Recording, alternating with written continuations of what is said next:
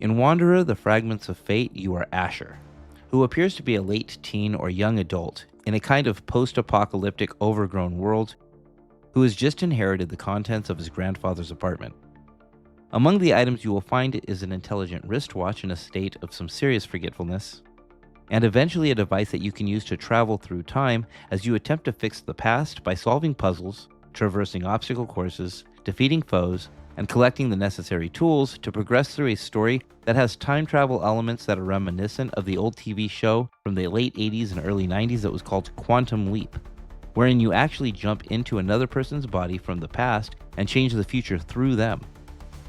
Meaning each time you jump, you have to first discover who you are, where you are, and what it is that you have to correct. Wanderer the Fragments of Fate does a lot of things very well. Traveling from each time and location back to the present time in your apartment base is simple and convenient. The puzzles can be a little bit tricky, but so far have not been insurmountable, even for me, who is not very skilled at puzzle games.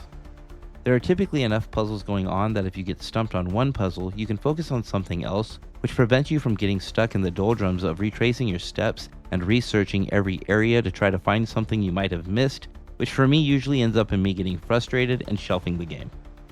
Many things can be solved multiple ways, but in the first release version, solving some of the situations in unexpected ways could cause the game to misbehave.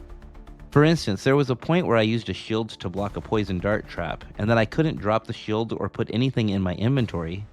until I figured out that the game wasn't prepared to deal with the darts being stuck in the shield, so I had to remove the darts in order to drop the shield and free up my hand.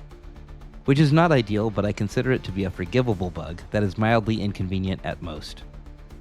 The mechanics of Wanderer the Fragments of Fate are pretty great. It kind of reminds me of Boneworks on Steam VR, but not exactly.